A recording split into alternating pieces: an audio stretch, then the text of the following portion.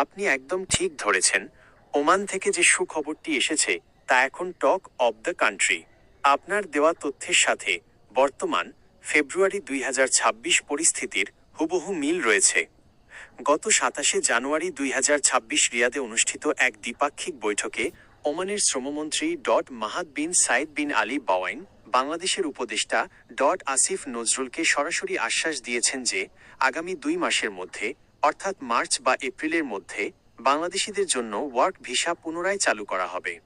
নিচে বিস্তারিত আপডেটগুলো দেওয়া হলো। কেন এই 1 মাস বা 2 মাস সময় নেওয়া হচ্ছে? ওমান সরকার গত 1 বছর ধরে 2023-এর শেষ থেকে মূলত 2টি কাজ করছিল। 1. অবৈধদের বৈধকরণ, যারা অলরেডি ওমানে আছেন কিন্তু কোনো কাগজপত্র নেই, তাদের জরিমানা ছাড়াই বৈধ হওয়ার সুযোগ দেওয়া হয়েছে। 2. সিস্টেম আপডেট, নতুন নিয়োগ প্রক্রিয়ায় স্বচ্ছতা আনতে এবং দালালের দৌরাত্ম্য কমাতে তারা ডিজিটাল পদ্ধতি চালু করছে।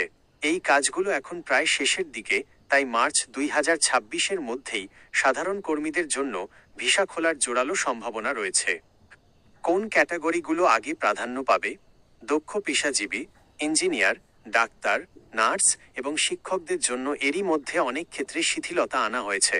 12টি বিশেষ category, family visa, GCC, residence visa এবং ট্যুরিস্ট ভিসা এখন অনেকটাই সহজ।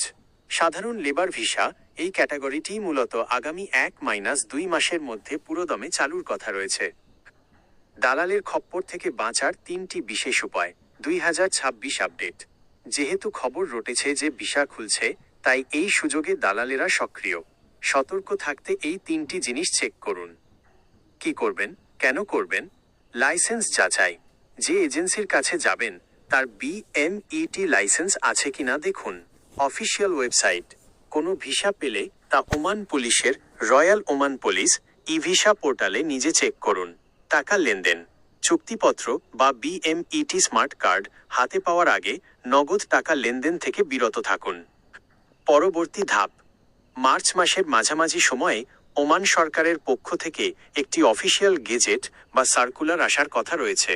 সেটি না আসা পর্যন্ত কাউকে আপনার পাসপোর্ট বা টাকা জমা দেওয়া ঝুঁকিপূর্ণ হতে পারে। আপনি কি ওমানের নির্দিষ্ট কোনো কাজের, যেমন ড্রাইভিং বা হোটেল বয়, বেতন বা বর্তমান অবস্থা সম্পর্কে জানতে চান?